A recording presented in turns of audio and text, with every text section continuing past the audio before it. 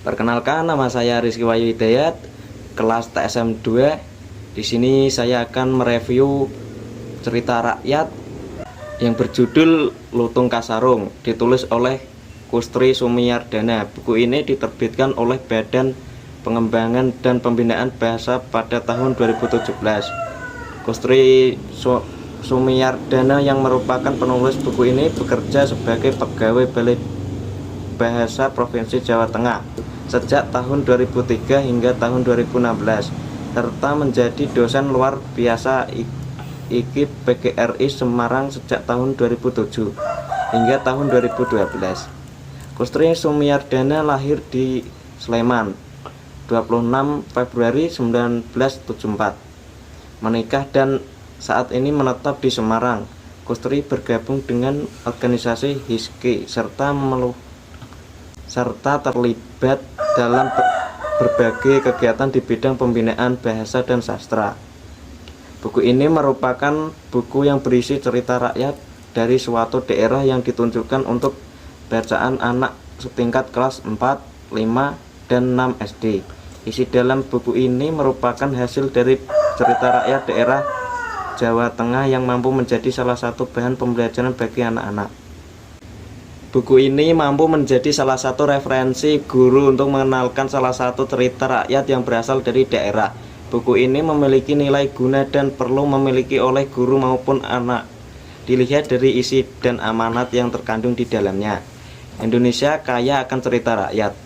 Cerita tersebut memiliki kemiripan antara satu daerah dengan daerah lain.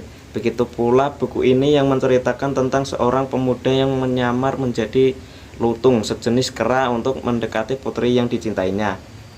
Daerah Jawa Tengah dan Jawa Barat sama-sama memiliki cerita Lutung Kasarung, namun keduanya memiliki cerita yang sangat berbeda. Jawa Barat, tokoh dalam cerita itu dalam Purbasari dan Guru Minda, sedangkan di Jawa Tengah tokohnya adalah Dewi Ciptarasa dan Banyak Catra.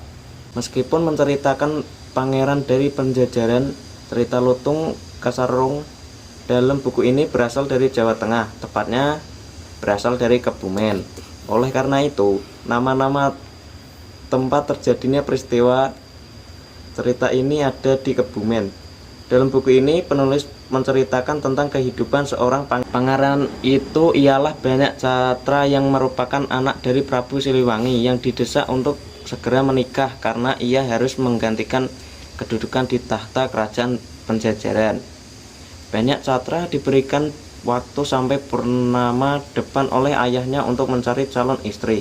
Banyak Catra pun merasa sedih dan pergi meninggalkan ibu kota Penjajaran secara diam-diam.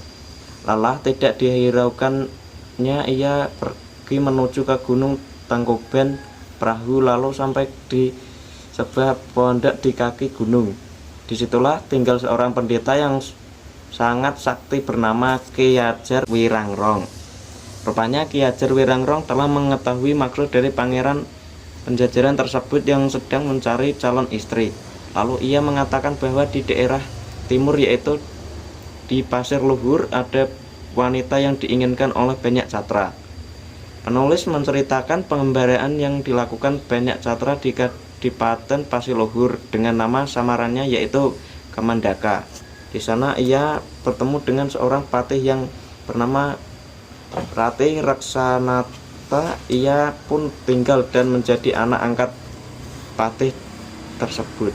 Pada suatu hari, Kamandaka mengawal kereta sang putri yang bernama Dewi Ciptarasa. Pertemuan mereka pun menghasilkan rasa kagum di antara mereka hingga mereka saling berkirim surat untuk mengungkapkan isi hati mereka. Suatu ketika, Kamandaka ingin bertemu Putri Ciptarasa. Menemui Putri Ciptarasa, namun kedatangannya justru membuat penjaga kadipaten mengira Kamandaka adalah pencuri dan mereka pun berusaha menenangkannya. Berkat kesaktiannya, Kamandaka berhasil meloloskan diri. Namun mereka kejadian itu, Kamandaka menjadi incaran Adipati Kandahadaha. Singkat cerita, di situ pula ia bertemu dengan adiknya yang bernama Banyak Ngampar yang menyamar menjadi Silihwarni mengajak Kamandaka bertarung ayam dan justru menyerangnya dengan kujang pamungkas. Meskipun kakak beradik Siliwangi dan Kamandaka tidak saling mengenal karena sudah lama tidak bertemu dengan mereka bertarung. Namun setelah Kamandaka berteriak bahwa ia merupakan Raden Banyaksatra dari Penjajaran, akhirnya mereka saling berdamai dan meminta maaf. Sebelum mereka saling meminta maaf, diceritakan bahwa dalam perjalanan Kamandaka menghadapi banyak hal yang membuat tempat-tempat ia lewati memiliki nama sesuai dengan kejadian yang dia alami. Setelah kejadian itu diceritakan bahwa Kamandaka mendapatkan pesan dari sang pendeta yang pernah ditemui untuk mencari pakaian lutung sejenis kera untuk bisa mendekati sang putri pujaan hatinya. Kamandaka pun memakai pakaian lutung dan Rekajaya menggunakan pakaian kelelawar. Kamandaka menulis surat dari daun lontar untuk diberikan kepada sang putri melalui Rekajaya yang saat itu menjadi kelelawar. Pesan itu berisi bahwa sang putri yaitu Dewi Ciptarasa harus menyuruh ayahnya mencari seekor lutung dan memeliharanya. Akhirnya di hutan Gunung Batur lutung pun berhasil ditemukan dan menjadi peliharaannya kesayangan Dewi Ciptarasa. Dalam bagian tersebut diceritakan bahwa lutung Kasarung tersebut mau membuka pakaiannya ketika di hadapan putri dan embannya untuk menunjukkan bahwa ia adalah Kamandaka. Kala itu ada pangeran bernama Pulebas yang ingin melamar sang putri, namun digagalkan oleh lutung Kasarung. Setelah melawan pangeran Pulebas, lutung Kasarung melepas pakaiannya dan seketika berubah menjadi Raden Banyaksatra dari Penjajaran. Semua orang pun tunduk kepadanya, termasuk Adipati Kandadaha. Di akhir cerita, penulis menceritakan bahwa Raden Banyaksatra akhirnya menikah dengan Dewi Ciptarasa. Namun ketika Prabu Siliwangi mengetahui ada luka di tubuh Banyaksatra, ia pun mengatakan bahwa Banyaksatra dan bisa menjadi pengganti tahta kerajaan Pajajaran. Itulah kisah dari cerita lutung Kasarung.